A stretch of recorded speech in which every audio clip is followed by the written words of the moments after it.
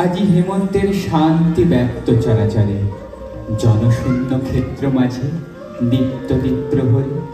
শব্দহীন গতিহীন স্তব্ধতা উদার রয়েছে পড়িয়া শ্রান্ত দিগন্ত প্রসার স্বর্ণ শ্যাম ডানা মেলি ক্ষীণ নদী রেখা নাহি করে গান আজি নাহি লেখে লেখা বালুকার তটে দূরে দূরে পল্লী যত মুদ্রিত নয়নে রৌদ্র পোহাইতে রত নিদ্রায় অলস ক্লান্ত এই স্তব্ধতায় শুনিতেছি তৃণে তৃণে ধুলায় ধুলায় মোর অঙ্গে রোমে রোমে লোকে লোকান্তরে